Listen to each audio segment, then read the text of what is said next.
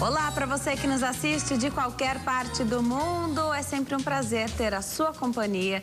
Você que escolhe assistir ao Consulta ao Doutor nesta faixa de horário, muito obrigada pela confiança, pela parceria de sempre, pelo carinho. Eu recebo tanto carinho através das nossas redes sociais que fica aqui já o meu convite. Hoje a gente vai falar sobre voz, comunicação. Tenho aqui uma fonoaudióloga ao meu lado, então participe desde já. Qualquer dúvida que você tenha, ligue para cá, 0 operadora 11 3337 5886, 3337 5886, pelas nossas redes sociais, que você já sabe os caminhos, só que a nossa rede social favorita é o Facebook. facebook.com/consulta ao doutor, e fica ainda aquele meu convite para você que está em casa, mande uma selfie, uma foto sua, né? Você pode tirar você mesmo, você pode pedir para alguém tirar uma foto sua, uma foto da televisão, fazer uma montagem bem bacana, coloca lá na nossa página do Facebook, que durante o tempo do programa, ao longo dos dias, das semanas, a gente vai mostrando aqui. É muito bom poder conhecer um pouquinho mais dos nossos telespectadores, uma maneira também de agradecer o carinho, não é verdade? Você que participa todos os dias aqui do Consulta ao Doutor, manda sua foto que você pode se ver aqui conosco na HIT durante o Consulta ao Doutor. E vai ser sempre um prazer receber as suas fotos, viu? Tô sempre olhando, deixa essa foto pública, viu? No comentário do nosso post falando qual é o tema do dia, na nossa linha do tempo, na mensagem particular, você manda suas perguntas quando você não quer ser identificado. Vale lembrar, não quer ser identificado, manda uma mensagem particular e me avisa, ainda que ela seja uma mensagem particular, avisa que não quer ter a sua identidade revelada, porque não tem problema. O legal do programa é que você pode esclarecer a sua dúvida e que o seu questionamento é o questionamento de tantas pessoas que, nesse momento, podem não conseguir perguntar. Então, faça isso que você já ajuda um monte de gente, com certeza. Não precisa ter uma televisão disponível aí para você assistir ao Consulta ao Doutor. Você sabe que pode nos assistir também pela internet, www.hittv.com.br. Através do site, nós também temos um canal de comunicação que funciona muito bem para sugestões de temas para os próximos programas. Então, você entra no nosso site, pode se comunicar com qualquer programa da casa, inclusive com Consulta ao Doutor. Você escolhe com qual programa você quer falar, mandar sua pergunta, direcionar aí a tua mensagem, e funciona para sugestões de temas. Para participar do programa é telefone e Facebook, sempre. Vale lembrar isso, porque aí você não fica com dúvida, né? Você manda pergunta, às vezes chega pelo e-mail, a gente também tem o consulta@hittv.com.br, às vezes não dá tempo de abrir o e-mail e ler todas as perguntas. Mas no Facebook eu tô conectada aqui durante todo o tempo do programa, fica super fácil de participar. Hoje eu recebo a doutora Carmen Luciana Miranda e Silva, ela é fonoaudióloga. Doutora, obrigada por ter vindo, prazer te receber aqui. Eu que agradeço, boa tarde a todos. É com alegria que eu estou aqui e espero a participação de vocês. Muitas pessoas vão participar, eu tenho certeza, porque a gente vai começar o programa falando, claro, sobre a voz. A nossa voz revela algo sobre a nossa saúde? Porque as vozes são muito diferentes, né? Cada um tem um tipo de voz. Sim. O que a nossa voz fala sobre nós? Então, a voz, ela pode revelar não apenas alguma questão de saúde, mas ela nos revela também algum estado emocional. Ou um estado emocional que diz respeito àquele momento, ou algo que a pessoa está passando na vida dela durante um período. Nós sabemos que, às vezes, quando nós estamos em alguma situação de perigo, a nossa voz, ela se comporta de uma forma. Quando nós nos assustamos, por exemplo, a nossa voz muda completamente. Quando estamos com medo de alguma coisa, a voz fica mais abafada, mais na garganta. Então, ela vai sempre revelar o que nós estamos sentindo no momento. Em relação à saúde, o principal sintoma, o principal sinal que nós precisamos observar é se a nossa voz tem uma rouquidão ou não. A rouquidão, ela pode ser um sinal de alguma coisa simples, que é mais fácil de resolver, de se tratar, e ela pode ser um sinal de doença mais grave, como câncer de laringe ou câncer de pulmão, por exemplo. De pulmão também? Também. Então, rouquidão por mais de 10 dias, sempre é indicado que seja procurado um otorrinolaringologista ou um fonoaudiólogo. E aí, o otorrinolaringologista, ele vai fazer um exame específico, onde ele vai, através de uma câmera, uma fibra ótica, que pode ser introduzida pela narina ou pela boca, e ele vai visualizar a laringe, o funcionamento dessa laringe, se há ou não algum problema. Se necessário, ele indica outros exames para que o diagnóstico seja fechado. Quando não há nada na laringe, quando o exame de laringe é um exame que o resultado é normal, isso não significa que o paciente não precisa de tratamento algum. Isso significa que ele precisa também de um acompanhamento fonoaudiológico para resolver a questão vocal. E aí o fonoaudiólogo entra com o tratamento para que esse paciente, para que essa pessoa possa se comunicar melhor e venha prevenir alterações futuras. Perfeito. A gente sempre pensa nas pessoas que trabalham com a voz, quando a gente pensa no trabalho do fonoaudiólogo, né? Então, uma pessoa saudável não iria ao fonoaudiólogo, por exemplo, você vai corrigir aqui a colocação, se não trabalhar com a voz, por exemplo. Isso não é verdade. Para sua voz sair melhor, você não precisa ser um comunicador. Você pode, de repente, tem uma apresentação. Hoje em dia, você tem, em qualquer empresa, final de ano, você faz uma apresentação no fim do bimestre, do mês, do semestre. Tem apresentações. Se a sua voz não está bem colocada, se alguém que canta, por exemplo, esporadicamente, numa igreja ou por lazer, canta uma música, tá rouco. Faz uma apresentação, fica rouco. Tem sempre uma desculpa por trás disso, atrás da pessoa que tá rouca. Então, cantei uma música, fiquei rouco porque estava ventando. Fiz uma apresentação, fiquei rouca porque estava muito nervosa. Ou ar-condicionado. Queria que você falasse um pouquinho, porque não é preciso ser apresentador, radialista, para fazer um acompanhamento com o fonoaudiólogo, né? Porque a gente fala muito, né? Sim. Até quando não está trabalhando. É verdade. Então, não é só o profissional da voz que deve procurar o atendimento fonoaudiológico. Teoricamente, o profissional da voz deveria ser, entre aspas, obrigado a ter um acompanhamento fonoaudiológico, porque ele usa a voz como instrumento de trabalho dele. Agora, aquele que não é o profissional da voz, mas que a gente acaba, como você falou, a gente fala muito, a gente usa no dia a dia, então é um estudante que precisa apresentar um trabalho, é um empresário que está ali diante de uma reunião dos funcionários, ele precisa expor as ideias. Então, sempre é indicado. Eu quero falar melhor, eu quero me comunicar melhor. Quem eu devo procurar?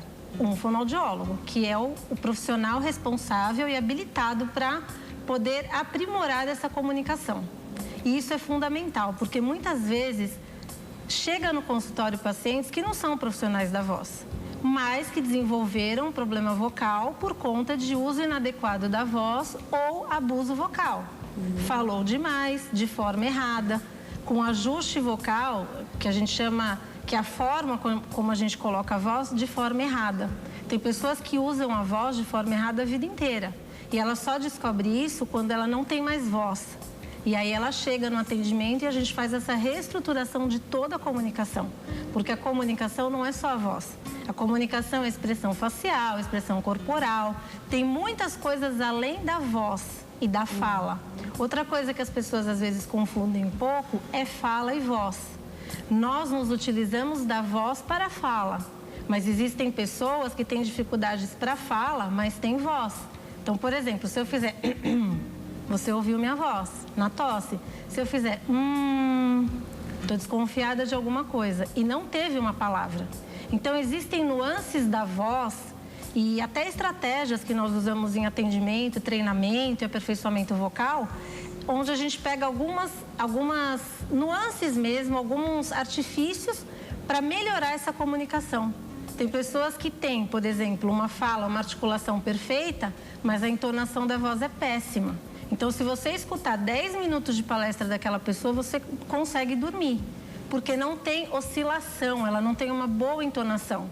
Ela faz, às vezes, prolongamentos grandes de vogais. Então, fica uma coisa cansativa. Então, tudo isso é avaliado, observado. Nós escutamos a queixa do paciente para poder saber o que ele quer melhorar. E, além disso, depois da avaliação, a gente oferece para o paciente outras coisas que ele não percebeu que ele pode melhorar. E a gente vai aprimorando essa comunicação. Você falou da colocação da voz, ajuste vocal. Então, você está me falando, por exemplo, uma pessoa que a gente pode considerar que tem a voz ardida. Então, ela tem uma voz estridente. Geralmente é mais mulher, que tem a voz um pouco mais aguda, né?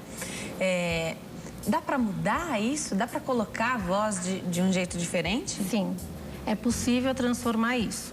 Só que assim, não é uma coisa instantânea, né? Às vezes mas de repente o paciente chega lá, a voz está muito ardida naquilo que a gente escuta, né? Vou até usar o termo que você colocou. E às vezes ela está com algum problema de refluxo gastroesofágico. Então, algumas pessoas, elas têm problemas vocais por conta do refluxo. E essa sensação de ardência na garganta ou de pigarro que não desce pode ser um sinal de refluxo e pode vir por causa do refluxo, da irritação do local, do edema que às vezes causa em mucosas, que é a pele que recobre tudo lá dentro de laringe, de prega vocal, pode alterar a qualidade vocal. Então, isso é um exemplo, é uma das coisas que podem acontecer. Se nós queremos mudar a qualidade, nós precisamos buscar o motivo e a causa que levou àquela alteração, né? Aquele desconforto daquilo que se ouve dessa voz. Então, a gente tem que buscar a causa para resolver o problema. Então, pode ser resolvido? A resposta é sim. Mas nem sempre é só chegar no consultório e fazer o ajuste vocal. Tem que ver o que está por trás disso. Se tem um problema, vai tratar o problema. Sim. Se for só o ajuste, ainda assim precisa de treino, é isso? Porque precisa. A gente está acostumado a falar de um jeito X, colocar a voz de uma maneira, e aí se você vai ajustar, então se eu chego no seu consultório, você vai me ensinar, por exemplo, a usar a voz de uma maneira diferente, né? Colocar a voz diferente. Eu vou precisar treinar, é capaz de eu chegar aqui no outro dia e falar igualzinho. Como é que é esse treino? É com exercícios... Porque você fica imaginando, né? Vai ficar na frente do espelho, de repente, falando mais ainda, vai gastar mais a voz. Como que é isso? Então, eu vou dar um exemplo que eu acho que fica mais fácil. Tá. Então, por exemplo, o paciente que chega e que está pegando o ar todo no peito para conseguir falar. Tá. Às vezes, ele não está fazendo essa pausa, que eu estou fazendo uma coisa mais acentuada. Tá. O que eu tenho que fazer em primeiro lugar? Eu preciso ver se essa musculatura toda dessa região, pescoço até as costas, não tem uma tensão muito aumentada. Então, eu tenho que trabalhar a questão de relaxar essa musculatura, mas de forma adequada, né? Não pode ser um relaxamento que fica muito frouxo algumas coisas e a voz vai ficar mais fraca. E aí eu vou mostrando qual é a respiração melhor. Então, qual é a melhor respiração? É a respiração mais baixa, a respiração que a gente chama de costo-diafragmática. Não é só elevar a barriga e abaixar, é toda a musculatura que vai envolve desde as costas até aqui na frente. Isso é fácil? Às vezes é, mas às vezes não é. Então, o paciente às vezes consegue fazer no dia, só que ele respirou a vida inteira de forma inadequada. E não dá, às vezes, para você mudar isso tão rapidamente. Mas existe tratamento e orientação. Existem os exercícios realizados dentro de consultório e os exercícios realizados fora de consultório. E existe a orientação do dia a dia. Como eu disse, a voz, ela faz parte da comunicação. Então, de repente, ele é muito travado em ombro e movimenta quando está falando muito aqui em cima. Então você vai tirar um pouco disso também. Está tudo relacionado. Tudo relacionado. A gente grava, a gente filma o paciente, a gente ouve, escuta, analisa em programa de computador. O paciente se grava. Hoje a gente tem muita facilidade, todo mundo sem celular. Porque a nossa voz é diferente, né? O que a gente ouve é diferente. Eu estou falando, eu estou ouvindo a minha voz. Essa não é a voz que você está ouvindo. Não é. Porque assim, quando nós ouvimos a nossa própria voz, que não é na gravação, nós estamos ouvindo com a nossa ressonância. Isso. Nós estamos ouvindo a nossa voz dentro da nossa cabeça, porque o nosso ouvido está aqui. Então, quando nós ouvimos a gravação, é muito comum a gente estranhar essa voz. Mas parece até que não é a sua, né? que a tecnologia tem nos ajudado um pouco nisso. Claro. Porque a gente tem mais fácil, muito né? mais fácil, né? E você escuta uma gravação e fica muito bom. E a gente tem também alguns programas e que o paciente se ouve depois e em tempo real a gente consegue controlar, por exemplo, velocidade de fala. Paciente que fala muito devagar, paciente que fala muito rápido, entendeu? Tem vários recursos. Recurso é o que não falta hoje e ciência para isso, e treinamento, exercício, a gente também tem bastante coisa para fazer. Você falou da de gravar a voz, né? E a face também. Dá para gravar? Isso é importante? Então, você falou até de todo o trejeito, o gesto, então, né? Sim. Durante a fala. De repente você grava e fala, olha como ficou melhor dessa outra maneira, suavizando. E aí vai ser um treino diário. Sim, a gente tem sempre o antes e o depois. Ótimo. E às vezes a gente consegue, na primeira sessão, o paciente consegue mudar aquele ajuste vocal, a voz ficar melhor. Porque isso aí até a gente incomoda, grava. às vezes. Quando ele leva isso para casa, ele tem um modelo. Então isso acaba ajudando muito. E é muito importante não só escutar, mas também ver. Por quê? Porque, que nem no consultório, a gente usa o espelho. Então, a gente coloca o paciente na frente do espelho. Ele, sem olhar no espelho, ele vai, às vezes, você falar, movimenta a cabeça para a direita. Então, você só vai virar. Ele, às vezes, está fazendo isso aqui e ele não percebe que ele está fazendo isso aqui, então ele está contraindo essa musculatura. No espelho, fica mais fácil para ele conseguir se observar e se corrigir. Então, em casa, nós também orientamos que o paciente, quando possível, faça diante do espelho. Nós sabemos que, assim, a nossa vida, né, a nossa rotina é muito complicada. Então, o que nós fazemos? Adaptamos ao paciente, dentro do que é possível para ele fazer, os exercícios e as orientações de mudanças de hábitos, que às vezes também são necessárias para que ele tenha um bom desempenho vocal e a comunicação dele melhore. Então, não adianta a gente querer criar muitas coisas para que o paciente faça fora do consultório que ele não vai dar conta. E às vezes o paciente desiste do atendimento. Então é bom conhecer a rotina, como é a vida desse paciente, como são os horários dele, quais são os hábitos que ele tem, quais são as atividades que ele realiza, se o paciente realiza alguma atividade física ou não. Isso conta? Isso conta para a voz também. Por quê? Porque assim, a voz ela é o corpo todo. Então, quando você realiza uma atividade física, nós esperamos, sendo que essa atividade física seja realizada de forma correta, que ela possa, inclusive, ajudar na parte respiratória, na parte da musculatura, para não ter uma tensão de musculatura ou uma flacidez de musculatura. Então, isso pode ajudar. Claro que, assim, tem alguns esportes que a gente tem que tomar um pouco de cuidado. Então, por exemplo, uma luta que você use a voz na hora da luta. Então, se você está aplicando força e usando a voz ao mesmo tempo, você pode prejudicar as suas pregas vocais, a sua laringe. Então, por isso a gente conhece o paciente, não existe uma regra igual para todos. A gente vai falar para o paciente, você não vai mais fazer o seu esporte? Não dá. Às vezes, por um período, aquilo que está prejudicando muito a voz, a gente pode pedir para que seja suspenso por um período. Mas a gente vai procurar ao máximo adaptar a reestruturação de voz, de comunicação, dentro da realidade daquele paciente. Entendi. Como é que funcionam as consultas? Uma vez por semana é suficiente? Então, depende do caso? Depende. O paciente vai para avaliação. Então, as queixas, tem inúmeras queixas que podem aparecer. Tem gente que chega no consultório porque tem um problema, tem uma patologia. Tem adulto, tem criança, tem idoso, tem fonoaudiólogo que trabalha em UTI neonatal, em hospital. Então, assim, é uma coisa enorme. Se eu fosse enumerar todas as áreas de atendimento de fonoaudiólogo, talvez eu esquecesse de algumas aqui, porque é muita coisa. Então, ele pode chegar com uma queixa e ele pode chegar sem uma queixa de patologia. Ele pode dizer, olha, eu vim aqui para melhorar minha voz, minha comunicação, por exemplo. Ou eu não estou escutando direito e acho que também minha voz está mais fraca, eu estou falando muito alto porque eu não estou escutando bem. Então, quando é necessário, nós fazemos encaminhamento. Então, por exemplo, uma queixa auditiva precisa de uma avaliação auditiva, que é o fonoaudiólogo que faz, porém o encaminhamento passa por um otorrinolaringologista. Por quê? O otorrino precisa avaliar a orelha e o ouvido, olhar inclusive para ver se não tem nenhum impedimento para fazer audiometria. Por exemplo, algumas pessoas têm às vezes a cera no ouvido que se tornou uma rolha de cera. Então, quem vai fazer essa limpeza do ouvido? Não é na farmácia, não é sozinho pingando óleo, muito menos álcool, nada disso se faz em casa. Isso deve ser feito por um médico otorrinolaringologista. Qualquer procedimento? Qualquer coisa ele que vai fazer. Então, se for necessário essa limpeza, ele vai fazer essa limpeza de forma adequada e vai encaminhar para fazer a audiometria. Então, é o otorrino que faz esse encaminhamento. Existe um outro exame que hoje em dia tem se falado muito, principalmente no meio escolar, que é o exame do processamento auditivo central. O que se avalia? Às vezes uma escola tem uma queixa, essa criança é muito distraída, Ou a mãe falar, eu tenho que falar várias vezes para ele entender o que eu estou falando. Então, pode ser um sinal de que a criança tem uma dificuldade auditiva, que não é uma perda auditiva.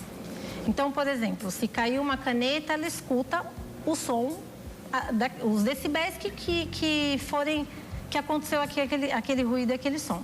Mas se você falar uma palavra, uma frase, ele vai ouvir o som, mas ele vai demorar para processar e entender esse som. Perfeito.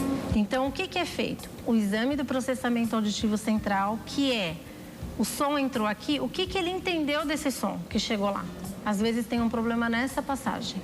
E aí também é feito acompanhamento fonoaudiológico para o treinamento dessas habilidades auditivas, para que essa criança consiga se desenvolver bem, porque algumas crianças têm essa dificuldade e muitas pessoas falam, é preguiçoso, não quer saber de escola, não quer aprender, e às vezes é uma dificuldade do processamento auditivo central.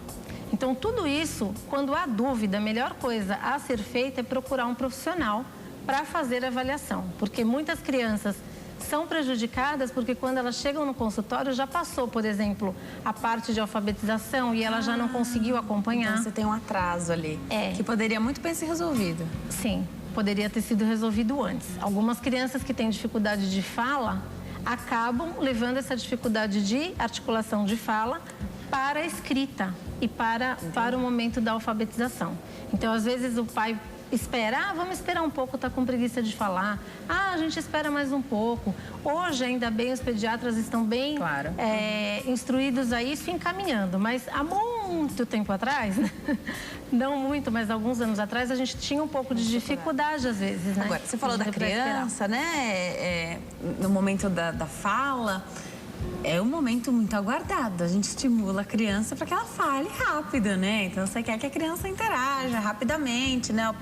Os primeiros sons, as mães já vão identificando ali. Acho que quis dizer isso, aquilo. O primeiro já é mamãe, né?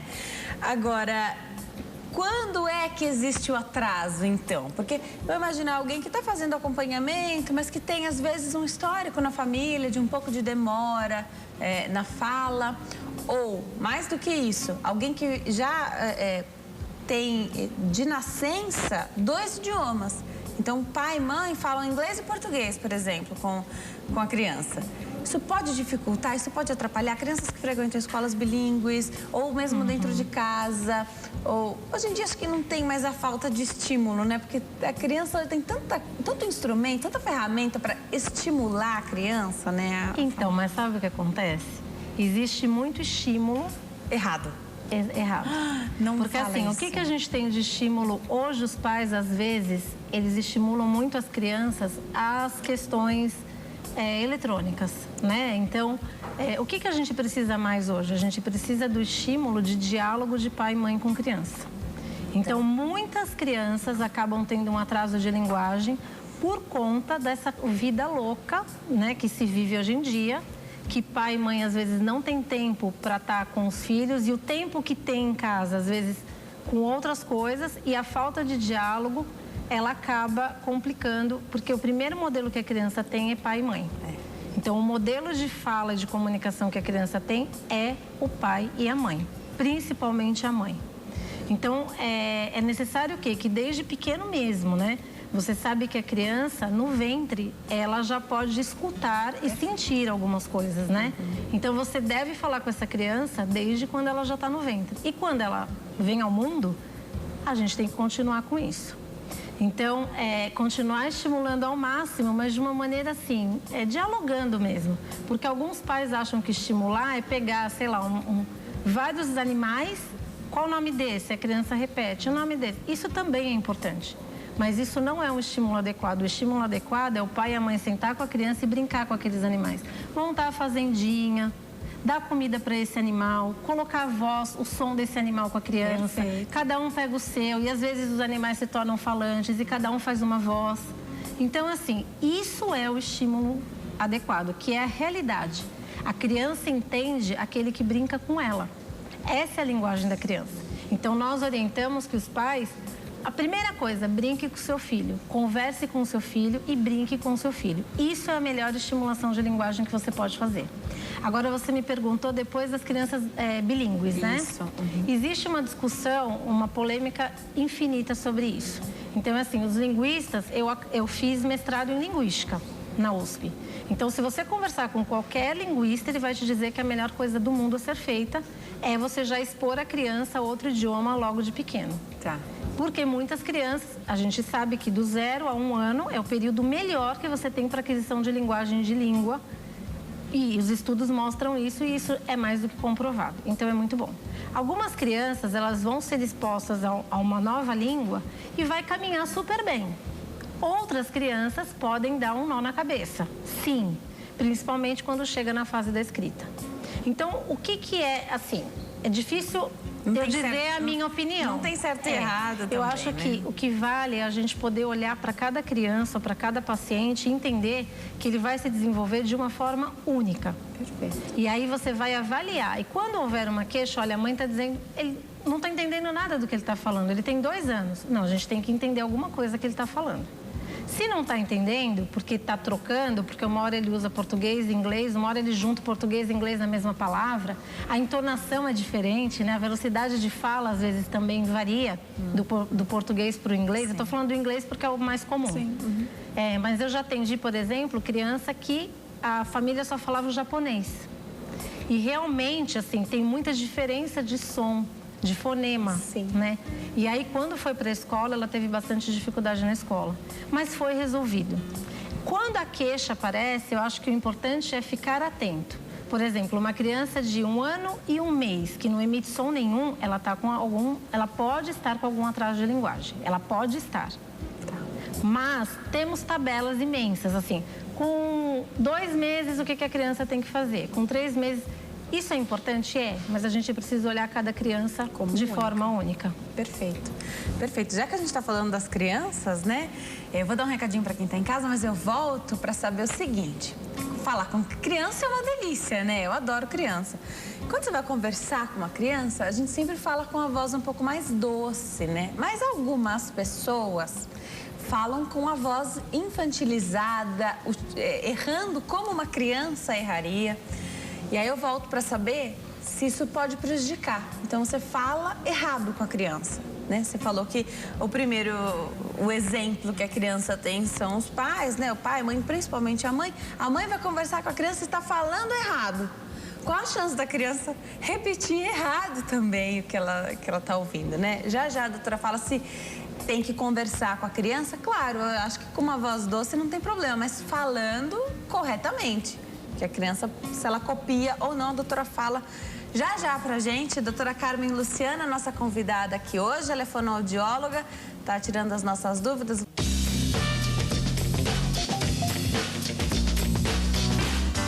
Nós estamos de volta ao Consulta ao Doutor de hoje, fala sobre voz, comunicação. Eu recebo uma fonoaudióloga, a doutora Carmen Luciana Miranda e Silva, está aqui comigo nos nossos estúdios hoje. A gente está falando sobre uma fase muito gostosa que é de criança, né? Então, desde bebezinho, você falou da importância de estimular, sempre conversar, né? E até mesmo quando não está conversando com a criança, o fato da criança estar num ambiente onde há o diálogo, isso já ajuda, acredito que seja um estímulo, ainda que não esteja conversando com a criança está ouvindo. Sim. Ajuda, mas o ideal é que Conversar haja interação com a criança. Tá. Aí vamos imaginar que criança é uma delícia mesmo, e aí não precisa nem imaginar, criança é uma delícia, né? E é gostoso conversar com crianças, né? Eu gosto de conversar com crianças. E uma característica que você percebe, isso homens e mulheres, a gente fala com uma voz mais doce quando a gente fala com criança, né? Então dá uma veludada na voz, né? A gente fala com mais delicadeza. Tem que falar com delicadeza, mas corretamente. É errado alguém que fale com a criança como se fosse uma criança falando errado? Isso prejudica? Então, pode prejudicar. Então, a nossa orientação, a orientação que os fonoaudiólogos costumam dar é que você fale os sons corretamente. Mas é claro que você não tem condições de se comunicar com uma criança da mesma forma que você se comunica com um adulto. Você precisa falar a linguagem daquela criança. Simples. Então, a linguagem precisa ser simples, precisa ser clara, mas a articulação dos sons precisa ser correta. Perfeito. Pode sim infantilizar um pouco a voz? Pode, mas isso não pode ser uma coisa constante, porque a criança vai pegar, inclusive, o seu padrão de entonação e de ressonância e de tom de voz. Então, às vezes, a mãe chega reclamando porque a criança... ela fala muito assim, e a mãe fala exatamente assim. E isso é tão difícil porque a gente não consegue perceber, a gente não consegue se ouvir. Então, ela conseguiu enxergar no filho, mas ela não conseguiu enxergar nela mesma. Ela não conseguiu escutar nela aquilo. E aquilo estava incomodando. Então, é muito importante, até falando, misturando um pouco adulto e criança, o que as pessoas falam da sua voz e da sua comunicação. Isso é muito importante. Como é que as pessoas te imitam, né? Porque você tá entre amigos, de repente alguém imita um trechinho da sua voz ou algo que você acabou de falar, você pensa, mas eu falei assim, eu desafinei desse jeito, né? A pessoa tá imitando, a gente não escutou. Por exemplo, um empresário que é o dono da empresa, ele precisa fazer uma reunião, ele precisa ter uma voz de autoridade.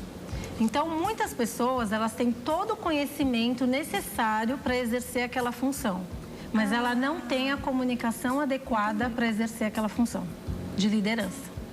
Por isso, tem alguns estudos que mostram que as mulheres que têm um tom mais grave e uma articulação mais precisa, elas conseguem liderar com mais autonomia, com mais propriedade. A liderança está na voz também? Também.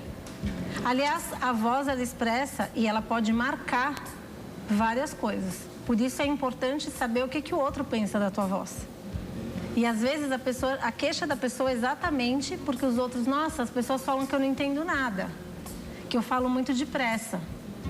Então, quando isso já ficou no conhecimento da pessoa, é porque a questão social envolvida já está comprometida. Alguém também fala muito rápido. E quando fala muito baixo ou muito alto, né? Então, a pessoa tem a voz, a pessoa fala alto. Pode ser um problema auditivo, pode não ser. O que é isso? Alguém que tem um microfone na garganta? Então, pode ser várias coisas. Pode ser um problema auditivo, pode ser uma questão ambiental, social. A família fala alto e ele cresceu ouvindo naquele som, naquela altura, aquele tom, e ele continuou e a família inteira fala alto. Então, a gente tem algumas línguas em que varia essa questão da altura da voz, da entonação da voz. Então, todo mundo fala, a família de italiano. Fala alto. Você acha que estão brigando, mas eles estão só reunidos conversando. É verdade. Então, acontece também. É cultural também. Também. E pode ser uma outra questão. Alguns pacientes que têm alteração de voz, eles podem não conseguir o tom mais adequado para falar. Então, ou ele vai falar muito baixo, ou ele vai falar muito alto. Por quê? Nós temos a laringe, que é esse tubo aqui, né? Se você colocar a mão, você vai sentir. Na laringe, nós temos as pregas vocais, que popularmente são chamadas de cordas vocais. Elas são pregas de musculatura. Elas ficam paralelas ao solo, em formato de V. Então, o que acontece? Em alguns casos, as pessoas usam a voz inadequadamente ou abuso vocal, pode causar alguma lesão de prega vocal. A lesão mais comum, que mais aparece, são os nódulos vocais, que são chamados popularmente de calos vocais. Geralmente, eles são bilaterais, eles são dos dois lados. Por quê? Porque as pregas vocais bateram de forma brusca, de forma inadequada, e feriu os dois lados. E aí o que acontece? Para esse paciente que tem vamos supor que ele tem um nódulo de cada lado. Então, quando ele encosta as pregas vocais, ele não encosta ela totalmente. Tem alguma coisa no meio que está atrapalhando essa passagem. Então, para ele conseguir vibrar e juntar, ele faz mais força do que é preciso. Vira uma bola de neve. Ele está com um problema e se ele não mudar a forma dele usar a voz, ele vai ficar piorando mais. E aí, para o som sair, ele faz força e aí a voz sai alto. Sai alta demais. Então pode ser uma dessas coisas também. Pode não ser simplesmente a questão do volume da voz. É assim, isso resulta no volume. Entendi. Então, ele fazer a força para sair a voz resulta no volume alto. Mas aí você está falando de alguém que não consegue, ou fala muito baixo, ou fala muito alto. Ele não consegue ficar no meio termo. Se a pessoa consegue chegar no meio termo, tudo bem? É uma questão de treino? Então, ou também para ficar nesse meio termo, talvez tenha que reposicionar essa voz. Tem que mudar. Tem que mudar? Tem que mudar. Tem que readaptar. Para ser natural. Tem que readaptar. Para ser natural, para a pessoa deixar de falar muito alto ou deixar de falar muito baixo. Sim, a gente tem que rever as questões orgânicas, né? A audição, ver a questão da laringe, ver se é algum costume, hábito, se é uma questão social que ele vem trazendo ali. Porque se estiver na família, vai imaginar que a família inteira fala alto. Sim, mas só aí... ela vai fazer a consulta, não Se ela tem uma queixa por conta disso, ela tem que ser tratada por isso, entendeu? Agora, se os outros familiares não têm queixa e não têm alteração de voz, então para eles está tudo bem, entendeu o que eu quis dizer? Entendi. Na verdade, quem traz a queixa é o paciente, não é o fonoaudiólogo que vai e fala, você... Entendi, mas de repente na tua casa tem. Tá perfeito. Na tua casa, ninguém reclama que você fala alto. Porque todo mundo fala, né? Mas no teu trabalho, ou, enfim, um marido que veio de outra família, tem costume diferente, fala que assusta, acha que fala alto demais. Aí precisa ver também como é que ajusta Precisa, isso, porque né? assim, muitos problemas de comunicação e de fala e de voz prejudicam relacionamentos. Então, às vezes, o tom da voz a pessoa entendeu errado. Perfeito. Você falou do tom de voz e quando a gente muda o humor ou acontece algo que nos contraria, quem está em casa, você está no telefone, aconteceu alguma coisa, você muda o tom de voz, a pessoa está do lado e já fala, já mudou até o tom de voz, aconteceu alguma coisa. Sim. E quando você liga e você já sabe pela voz da pessoa, você não está bem hoje. Perfeito. Porque a voz, ela te entrega. Né? Ela entrega aquilo que você está sentindo. Então, o que que a gente faz? Você é um profissional da voz? Você é uma profissional da voz. Sim. Então, se você teve algum problema, se você está chateada e a sua voz está mais fraca, você vai ter um preparo, porque quando você chegar aqui, essa qualidade de voz não vai poder aparecer. Perfeito. Então, existe um treino para isso. Quem usa a voz profissionalmente, quem usa a voz... Eu vou dizer, eu também uso a voz profissionalmente, mas, por exemplo... Se eu tive, a minha voz não está muito boa, se eu fiquei chateada com alguma coisa e eu chegar no consultório, o que eu tenho que fazer? Aquela qualidade de voz não pode aparecer ali, porque senão a pessoa vai sair e falar, nossa, estava desanimada hoje, não trabalhou direito, não Perfeito, é? Então perfeito. você tem que ter um preparo e existe treinamento e técnica também para isso. Para que você possa conseguir usar seu instrumento de trabalho, que é a voz, de forma adequada no momento que você precisa dela. Perfeito. Você falou de repente, alguém que tem total competência para exercer uma função, e aí você usou a função de liderança, mas vou imaginar que é alguém que quer trabalhar com a voz. Um radialista ou um jornalista formado, super competente, que sabe o que está fazendo, sabe o que está falando, mas a voz não ajuda, a voz não combina. Aí eu vou usar o exemplo de... Pode ser homem, pode ser mulher, mas jovem, né? Então, aos 20, aos 22, aos 24, a minha voz era diferente do que ela é hoje. Sim. Né? Minha voz era muito diferente, porque eu era muito mais jovem, né? Então, a nossa voz vai amadurecendo dessa maneira também conosco. E outra pergunta, dá para dar uma acelerada nesse amadurecimento da voz? Porque, de repente, você tem uma oportunidade, você perde, porque alguém fala, só que você não pode apresentar um jornal, fazer um programa de rádio, reportagem, porque sua voz é infantilizada. Existe isso de voz infantil ou é voz imatura? Então, existe a questão da muda vocal, principalmente em pré-adolescente. Isso, né, nos meninos a gente consegue um pouco mais cedo, né? Observar mais, porque a voz do menino às vezes ela fica mais aguda, um pouco, vou usar o termo desafinada, uma coisa mais visível auditivamente, né? Mais perceptível, na verdade, a palavra é percepção. E aí as pessoas falam, nossa, a voz dele está um pouco estranha. Às vezes é um menino que cantava e aí chegou naquela fase, ele não está conseguindo mais cantar e se desespera. Então, o que é indicado? É indicado o acompanhamento fonoaudiológico, se for cantor, também aula de canto. Então, se for locutor, se quer trabalhar em rádio, ele vai fazer o treinamento fonoaudiológico e, se necessário, ele vai fazer, já deve ter feito, inclusive, o curso de locução. É que, às vezes, no curso de locução, o professor ele não dá conta das questões vocais, porque ele não é o profissional que trabalha a questão vocal. Ele não é fono, dá as né? dicas, ele faz o curso, ele vai trabalhar dentro daquilo que ele entende. Que aquilo não é o ideal. Sim. Mas ele não tem recurso para isso. Tem que enviar ali, encaminhar pro fono. Tem que fazer um encaminhamento. E aí isso é trabalhado. É claro que se existe um auge, né, um momento que a voz está muito ruim por questão de muda vocal, a gente vai trabalhar e pode ser que tenha um limite durante aquele período. Existe a muda vocal tardia. O que é isso? Passou aquela fase, continuou. Aí é uma alteração vocal. Aí a gente tem que trabalhar, tem que observar, existem questões hormonais envolvidas também, porque as questões hormonais, elas estão diretamente ligadas à voz. Então nós precisamos, você já reparou que às vezes algumas mulheres que fazem exercícios físicos, que estão envolvidas com esporte, academia, quando elas começam a tomar algumas substâncias que têm hormônios masculinos, a voz delas mudam completamente. Então, algumas alterações como tireoide, período menstrual, tudo isso altera a qualidade vocal. Então, a gente tem que observar isso. Eu não sei se eu respondi a sua primeira pergunta. Você quer voltar um pouquinho? Não, acho que ficou claro aqui também. Agora, doutora, você falou das cordas vocais, do acompanhamento otorrino mais fono, todo esse acompanhamento que deve ser feito. Aí eu tinha deixado uma pergunta no bloco anterior, que eu vou continuar deixando ela para o próximo bloco.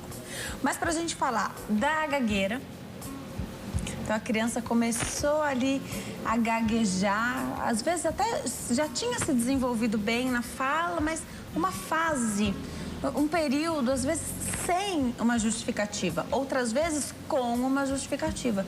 Depois de um trauma, um susto muito grande. Queria que você falasse se isso pode acontecer e essas trocas, depois de muito tempo, então, troca F por V, e aí você pode, essa é a única que eu lembro agora, mas você pode me falar quais são as mais comuns. E também isso vai para a escrita, né? Quando é que é a hora de levar para o acompanhamento fonoaudiológico para que ela não chegue a escrever o erro, tá? Mas a gente vai ter que ir para o intervalo. Agora, em 3 minutinhos eu tô de volta e a doutora responde as nossas dúvidas. Até já.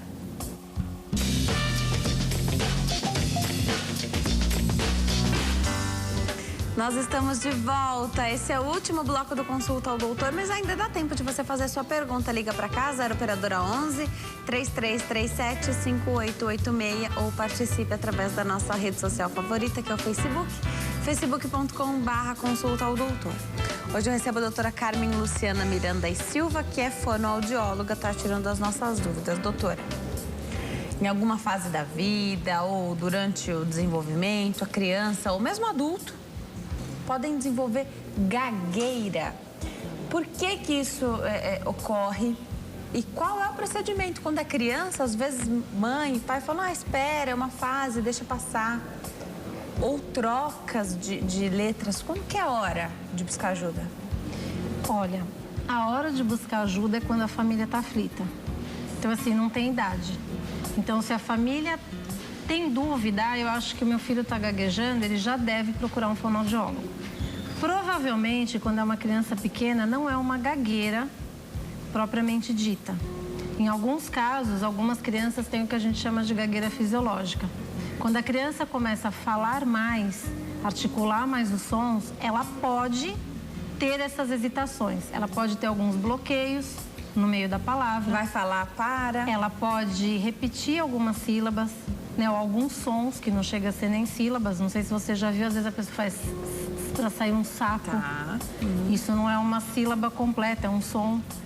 E ela pode ficar ansiosa por isso, porque ela está falando, está começando a dominar a língua, né? E ela tem algumas inseguranças. E isso pode passar. O que acontece? Muitas vezes a família fica muito aflita e procura ajudar essa criança. Só que a ajuda nem sempre é uma ajuda correta. É o que todo mundo faria. Mas nós procuramos divulgar ao máximo campanhas sobre gagueira para orientar a família o quê? A gagueira, ela deve ser, ela deve ser emitida de forma fluente e o mais natural possível. A nossa fala, eu estou falando com você, meu cérebro está funcionando e está fluindo a palavra. Se eu parar muito para programar, provavelmente o ritmo da minha fala e a minha entonação vai ficar um pouco alterada. E você vai falar, nossa, ela está com algum problema. Ou ela se perdeu, ou ela não sabe o que ela vai dizer. Então, o que eu estou chamando a atenção para quê? Quando a criança tem essa dificuldade e ela não percebeu que isso é uma dificuldade, essa dificuldade pode passar em questão de tempo. Quando a família desperta essa criança para essa dificuldade pode permanecer e se prolongar. Por quê? Porque a criança vai começar a pensar e programar a fala dela. E aí a fala dela vai ficar pior do que está. Então, qual é a orientação? Não é fácil, porque às vezes eu falo para os pais assim, não pede para a criança repetir, realmente não pode pedir para repetir, pedir para ficar calmo. Ela não está nervosa, ela só não está conseguindo falar. Então, você está dizendo para ela, você está nervosa?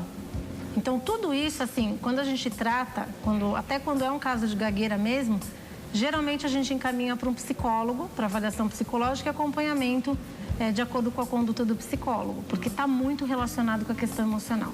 Então, qual é a orientação? Teve dúvida, leva no fonoaudiólogo, sempre. Mas você pode tentar amenizar esse problema. Como? A criança está falando, espera o tempo dela. Se ela poderia falar em 10 segundos uma frase, ela está levando 1 minuto, você vai esperar o tempo dela. Não vai completar a frase. Perfeito. Não pedir para repetir a palavra, não pedir para respirar e falar. Tudo isso é inadequado. É um procedimento muito comum, porém inadequado. O que a gente pode fazer? Mãe, eu quero a água. A criança falou. Ah, filha, a mamãe vai pegar água para você sim. Você quer água no copo verde? Você quer água no seu caneco? Onde você quer água? Você pode colocar um discurso onde você usa a mesma palavra que ele teve dificuldade, por exemplo, mas de uma forma natural. Mas não precisa virar um tagarela também com a criança, porque a criança vai perceber. E outra coisa, às vezes a família consegue na palavra, não completar, não pedir para repetir, mas a aflição do rosto desespera a criança. Porque a mãe fica quieta, mas... e fica com a mão assim. Então, assim, é uma coisa que também causa ansiedade nessa criança. Então, esse é o ideal. Mas sempre procurar o fonoaudiólogo, porque pode ser gagueira mesmo. E na avaliação, nós vamos dar todas as orientações e verificar, porque assim, tem algumas características diferentes da gagueira fisiológica e da gagueira mesmo. E a gagueira, você me perguntou por que isso acontece. Antigamente, as pessoas falavam muito de trauma emocional. Tá. A gagueira, ela tem uma causa, na verdade, são multifatores. Então, dificilmente você vai fazer uma avaliação e você vai a fundo, você faz a avaliação fonoaudiológica, psicológica, você vai descobrir o porquê. Então, pode ser, tem várias pesquisas pela linha genética, porque tem casos que tem uma criança gaga na família, que tem gagueira, e tem sempre alguém na família que tem gagueira também. Então, tem a questão ambiental, que às vezes está ligada também com essa questão. Às vezes a criança tem contato ali direto com alguém que já tem alguma disfluência de fala. Então, nunca é um fator só. Geralmente são vários fatores. Então, a gente tenta abordar e trabalhar em cima disso e melhorar essa comunicação. Aí perguntam, gagueira tem cura? Quando a criança é pequena, a gente tem uma margem de melhora de fluência de fala absurda. Pequena? Que idade? Olha, geralmente os pais aparecem com a criança com uns 4, 5 anos de idade no consultório. Tá. Então, eu estou falando dessa idade que é onde mais aparece no consultório. Deveria aparecer antes, mas aparece geralmente com essa idade. E do adulto? O adulto é um pouco mais difícil, mas nós temos vários casos e pesquisas e exemplos no consultório de que a queixa era de gagueira e que melhorou 80%. Tá. Vamos dizer assim. Consegue disfarçar, consegue apresentar um trabalho, consegue desenvolver a sua carreira. É isso que a gente tem que... Quantos cantores? Então, mas aí o canto diferente. É diferente por quê? É que nem uma contagem de número. Você tem uma fala automática. Entendi. Na gagueira, a pessoa já sabe que ela tem, ela fica se programando. Quanto mais ela se programa, pior fica a fala. Ela fica pensando para ver o que ela vai falar. Tá, então no adulto pode acontecer por diversos motivos também, mas é mais difícil de obter um resultado positivo. É difícil, não é impossível, a gagueira aparecer na fase adulta. Geralmente ele veio. Mas algumas alterações até neurológicas podem causar uma gagueira. Então, pode aparecer no adulto. Então, se Desde criança, então provavelmente já tem a questão dos vários fatores envolvidos nessa disfluência que esse paciente apresenta. Vou dar um recadinho, eu volto para saber sobre as trocas de letras, tá?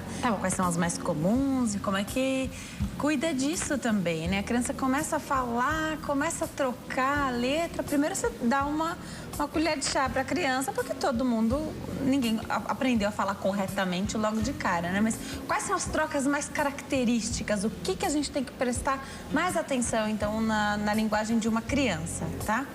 E aí, se isso pode, se não tratar, se não cuidar, não tiver acompanhamento, levar. E a criança, de repente, vira um adulto que fala correto, mas na escrita o problema tá ali. Isso pode acontecer, tá? Já a doutora Carmen Luciana tira as nossas dúvidas. Vou voltar a conversar com a doutora Carmen. Doutora, e essas trocas de letras? S, F, V... Fala quais são as mais comuns, doutora, e como é que a gente trata isso? Então, essas trocas que você diz de FV são que nós chamamos de trocas de... É comum, FV? É comum. FV, S e Z, X e J, né? Eu tô falando como letras, X né? E Mas, J? na verdade, são sons. Tá. O que acontece? Às vezes, na palavra, ao invés da criança falar vela, ela fala fela. O que ela está fazendo? Um som que é sonoro, ela está fazendo surdo. O que é um som sonoro? É um som que a gente tem vibração de prega vocal. Então, se você fizer... que é o som do V, você sente vibrar lá dentro. Se você fizer o som do F, você não sente. A mesma coisa acontece com o X, que é surdo, com o Z, que é sonoro. Então, o que falta, às vezes eu brinco com a criança e eu falo, liga o motorzinho. Então a gente dá essa pista para a criança, a gente mostra o que é que está acontecendo. É uma preguicinha. Olha, aqui. que você não está fazendo é isso aqui. Tem criança que é muito rápido, muito fácil, ela consegue entender e consegue colocar, e às vezes em uma sessão você consegue resolver, você só faz o treino depois. Outros casos, existem outras questões, então a avaliação ela serve para isso, para você tentar entender de onde vem. A gente precisa saber se não tem nenhuma dificuldade de escutar esses sons, de processar esse som. Porque pode ter também? Pode ter. E aí, quando ela não está conseguindo perceber a diferença, que é mínima, de um som para o outro, ela pode produzir o som errado. Porque se você olhar a articulação, a articulação é quase igual. O que muda então, numa leitura é a vibração. labial, você não conseguiria falar qual foi esse som. Tem mudanças sutis para quem é bem especialista e vai conseguir observar. Tá. Mas a maior diferença, ela é vibratória. Então, às vezes, como esse som na articulação é muito parecido, então é fácil da criança confundir. Então, é uma coisa que realmente é comum. Agora, T e D também troca. Por quê? O ponto da articulação do T e do D é aqui atrás do dente, para a maioria das pessoas, ó. T, D. Então, também é próximo. Então, é comum que a criança faça a troca. E tem crianças que não são tratadas na infância e levam essas trocas para a vida adulta. Tem solução? Tem solução. Então, se você é um adulto e você troca algum som, tem que procurar um fonoaudiólogo e resolver, porque é uma coisa que socialmente se torna bem desagradável. Principalmente se você usa a sua voz no seu trabalho, né? No dia a dia todo mundo usa. Mas é uma coisa que é desagradável e pode ser corrigido. Então, você busca o atendimento para resolver isso. Perfeito. Agora, você falou de posicionamento da língua, né? Então, você colocou aí para fazer o T e o D. E aí eu lembrei de uma questão que também chama a atenção de pais e mães, né? Que é a linguinha da criança logo quando é bebezinho. Tem muita criança que fica com a linguinha solta, então tá sempre com a língua para fora. Isso pode significar algum problema? Pode significar, não quer dizer que seja. Mas o que precisa ser verificado? Primeiro, quando a criança nasce, ela já passa geralmente por alguns exames. Isso é importante para poder descartar alguma questão neurológica.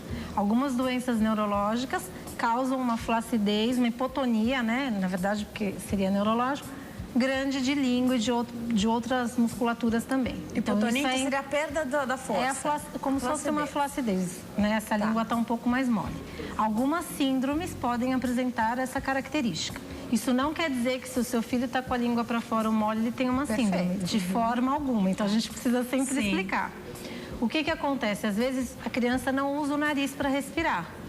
Então, se ela não usa o nariz porque tem algum fator obstrutivo ou algum impedimento ou uma questão alérgica, um narizinho que está sempre com secreção, a criança não consegue respirar pelo nariz, provavelmente ela vai ficar com a boca mais aberta e com a língua no assoalho da boca caída.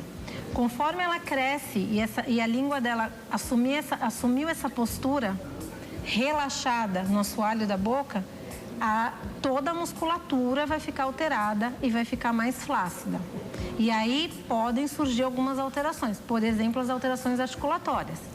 É um dos fatores que pode causar as alterações de fala articulatória, porque a musculatura não está com tônus, que a força desse músculo não está, e provavelmente isso vai prejudicar a mobilidade desse movimento. Então vai prejudicar para a fala, pode prejudicar na deglutição, e aí a gente tem os casos de problemas de deglutição, porque o que acontece? A língua que faz um movimento para frente e que empurra a arcada dentária pode alterar essa arcada.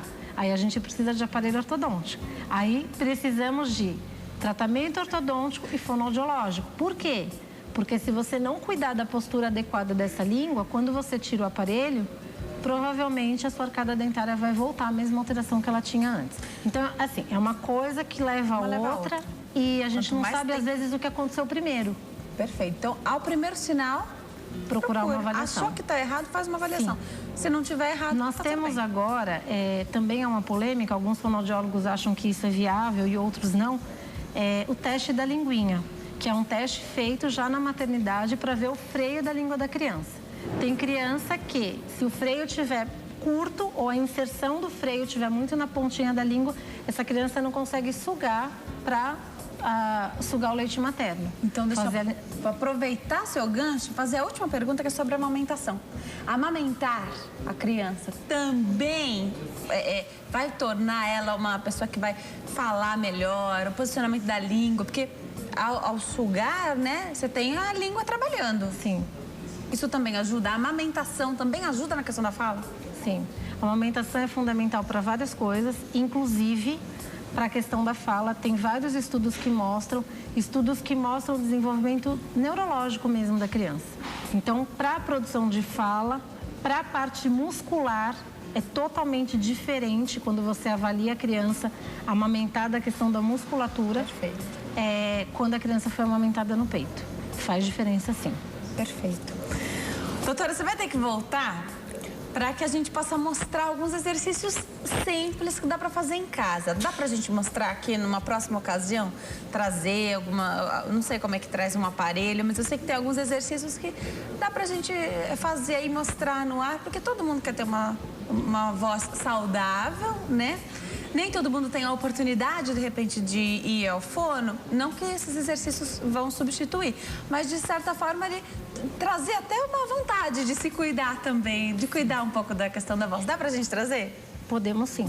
Legal, então vamos marcar para você mostrar pra gente aqui alguns exercícios que qualquer pessoa pode fazer em casa. Sim. E mostrar, de repente, alguém, olha, esse aqui é para quem usa mais a voz, então um profissional da voz. Aí você mostra alguns exercícios para que as outras pessoas também possam se interessar. E muito bacana. Quem tem essa voz que eu falei, às vezes de mais jovem, né, e quer atingir, de repente, um cargo ou uma função dentro da empresa que vai exigir uma postura de voz, também começar a buscar esse caminho aí. Tenho certeza que as portas dos fonoaudiólogos estão sempre abertas para receber pacientes, para fazer avaliações e para entender cada caso, né? Sim. Obrigada por ter vindo. Eu vou passar os contatos da doutora. Prestem atenção, você que adorou a entrevista como eu, você pode mandar um e-mail para a doutora. A doutora disponibilizou um e-mail, os nossos telespectadores mandam e-mails, a doutora responde assim que for possível. Carmen Luciana, com 2 N's. Então, prestem atenção, Carmen Luciana, com 2 N's, @usp.br, Carmen Luciana, @usp.br. No Facebook você encontra a doutora Carmen Luciana, também com 2 N's, e pelo telefone. 0 operadora 11 9 9613 1250. 9613 1250. Doutora, foi um prazer te receber aqui. Volte pra gente falar mais sobre a saúde da voz, que é tão interessante, né? Todo mundo fala, as mulheres também adoram, porque a gente fala mais que os homens mesmo. E eu não ligo que a gente tem essa fama, porque a gente fala mesmo e é muito bom. Agora a gente tem que cuidar da voz também, né? Tanto os profissionais da voz como qualquer outra pessoa. Ninguém quer ficar rouco, ninguém quer perder a voz. Aliás, isso é um pesadelo para a maioria das pessoas, porque como a gente fica sem se comunicar com a voz, né? Com certeza. Obrigada, viu, doutora? Eu que agradeço. Sempre um prazer te receber, volte sempre. Você que nos acompanhou até agora, o meu muito obrigada. Estou sempre de olho nos recadinhos aí da nossa página do Facebook, aqui do Consulta, facebook.com/consulta ao doutor. Eu também tenho minha página, facebook.com/Denise Luque. Você pode entrar lá, dar um curtir na página. Sempre tem comentários bacanas sobre os programas. Eu também falo lá qual é o tema do programa. Isso é bem legal. Eu vou gostar bastante de receber o seu recadinho. Recebo mensagens, pessoas que querem saber contatos, de repente, de profissionais que estiveram aqui, não tiveram a chance. Aí eu já vou avisando, olha, tá agendado, tal profissional vai voltar aqui no Consulta ao Doutor. Aí você anota, porque a doutora Carmen Luciana também vai voltar aqui em breve para mostrar os exercícios para voz. Beijo para vocês e a gente se vê amanhã. Nosso encontro tá marcado e é pontual, 3h35 da tarde. Até amanhã. Tchau.